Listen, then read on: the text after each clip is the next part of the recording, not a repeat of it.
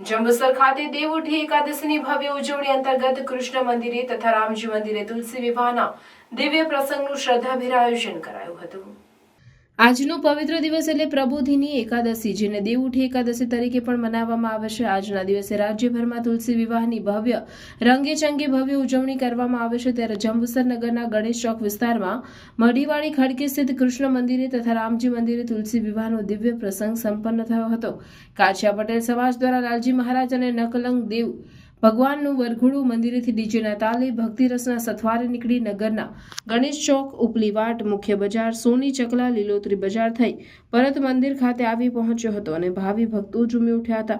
કૃષ્ણ મંદિર ખાતે મનનભાઈ પટેલ તથા આતિશભાઈ પટેલ અને રામજી મંદિર ખાતે પ્રજ્ઞેશભાઈ પટેલ તથા હર્ષદભાઈ પટેલ યજમાન પદે બિરાજી ભગવાન નકલંગ દેવ તથા લાલજી મહારાજની પૂજાનો લાભ પ્રાપ્ત કર્યો હતો। સદર તુલસી વિવાહ વિદ્વાન બ્રાહ્મણો દ્વારા શાસ્ત્રોક્ત મંત્રોચ્ચાર થકી સંપન્ન કરાયો હતો।